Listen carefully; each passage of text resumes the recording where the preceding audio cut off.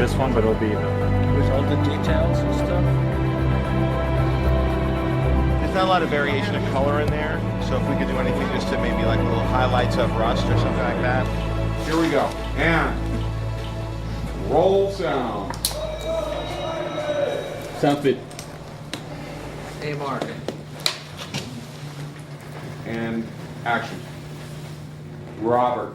Robert really wanted to play Tony Stark, and I really wanted him to play Tony Stark. It wasn't the most obvious choice from a studio's point of view. Unfortunately, Marvel is a new studio with a lot of freedom. We weren't dealing with the classic studio system where they have their lists that they generate. There was a lot of freedom to cast the best person for the role, because fortunately with Marvel movies, the image of the superhero is in fact the big draw, the big star. And they've learned that they've had a lot of success in the past when they've hired people who are good, interesting actors and relied upon the name of the brand itself to sort of be the thing that becomes the rallying cry from a commercial standpoint. You then are able to try to make the best movie possible. How dare you refuse the great objects of God? You're only alive because of his generosity. You are nothing, nothing! You understand me? People have drawn parallels to the character in his own life, but that wasn't by any means the decision or part of the criteria by which we chose him. He's a tremendous American actor who has an incredible body of work, and I think has the personality of Tony Stark. He has the look that sort of matches with the comic books. There's sort of a childlike quality to Robert.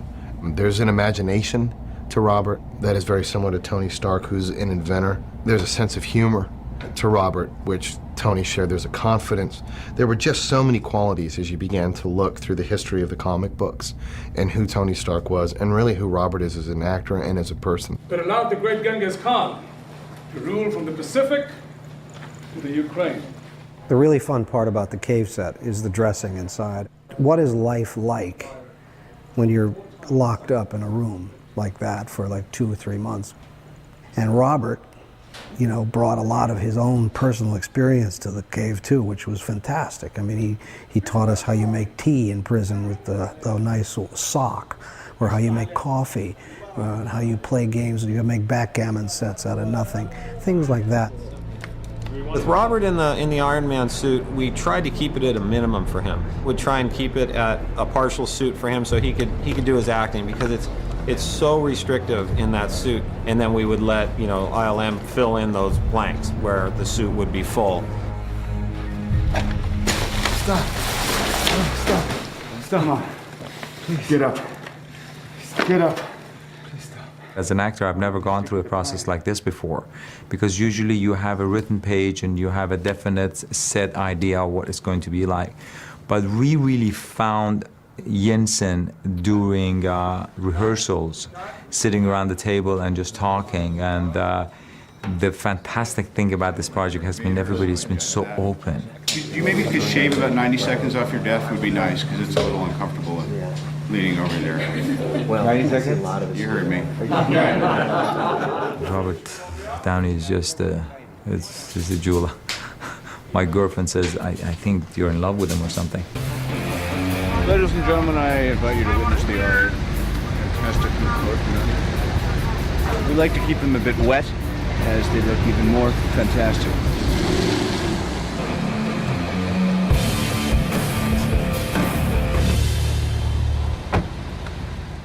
And action! How's it going, Hef? Oh, sorry. Thought you were someone else. It's okay. I get this all the time. Now then, so I get it right, probably. Cut.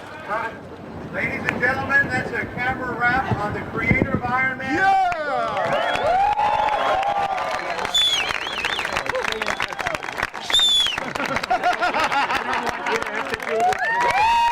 right, Stan Lee. You're the man. Say the best weapon is one you never have to fire. I respectfully disagree. I prefer the weapon you only have to fire once. That's how Dad did it. That's how America does it, and it's worked out pretty well so far. Wide out the whole frame. Yes! For your consideration, the Jerry. The Jericho, 1001, 1000, bang.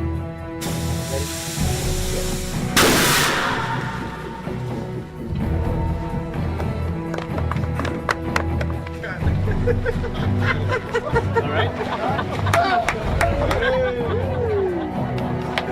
I like the test.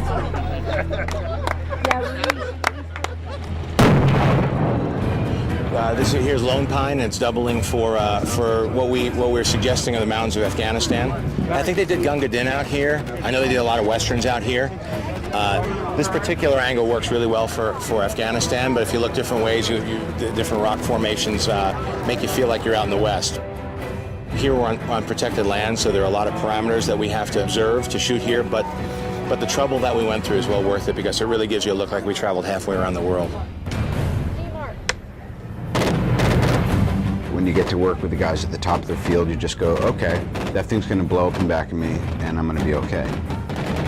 Or you get hit with like a little frag, and everyone runs over because you're like, you know, the star of the movie, and you're like, my God, man, 10 years ago I could have gotten knocked off my ass and have stuff stuck in my skin, and people would be like, all right, back to one. Because if you're not down, then you're not out.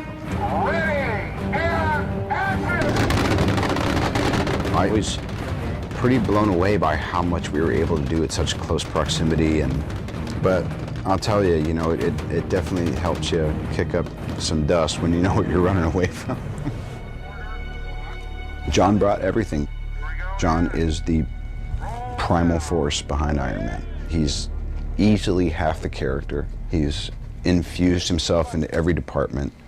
I won't say he's a gentle giant because he's very formidable, but he is the most composed person in a position of unimaginable stress that I've ever seen. He's so gracious and so evolved. Robert, you're just such a good actor. You got that?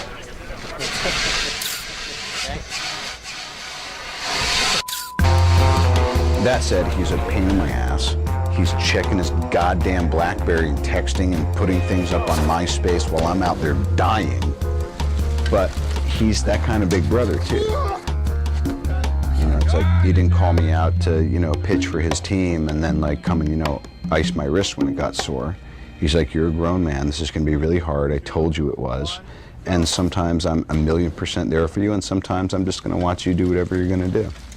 Because it's not up to me to take care of your feelings. You're a grown man. Oh, that's pretty good. Yeah, I tell you. It's pretty good. Thank you, everybody. Crew of Iron Man, excellent week. Really great week, guys. That is a wrap.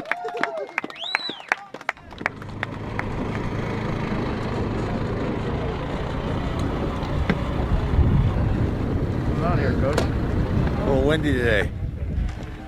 Wasn't like this when we scouted it.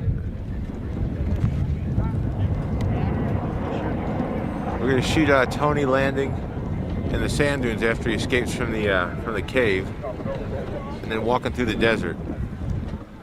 We got 2 Marine helicopters coming out here. I don't know if we're going to be able to land them. Here we go. Pictures up. It was sandstorming and it was kicking up so hard, and I just remember laying there buried waist deep in all this gear. Roll sound. And I just remember I was inside the helmet, and I just had this great moment of gratitude to kind of the elements and what a privilege it was to be able to be there playing this guy with the caliber of people I was working with. Special effects. We got this. We need 3 cakes to fill all the candles. Light it up.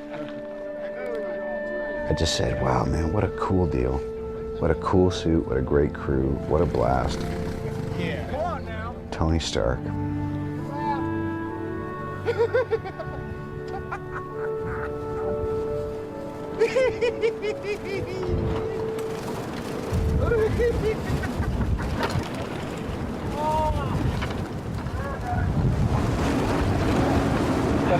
there's a cut. Yeah, quick. They're clear.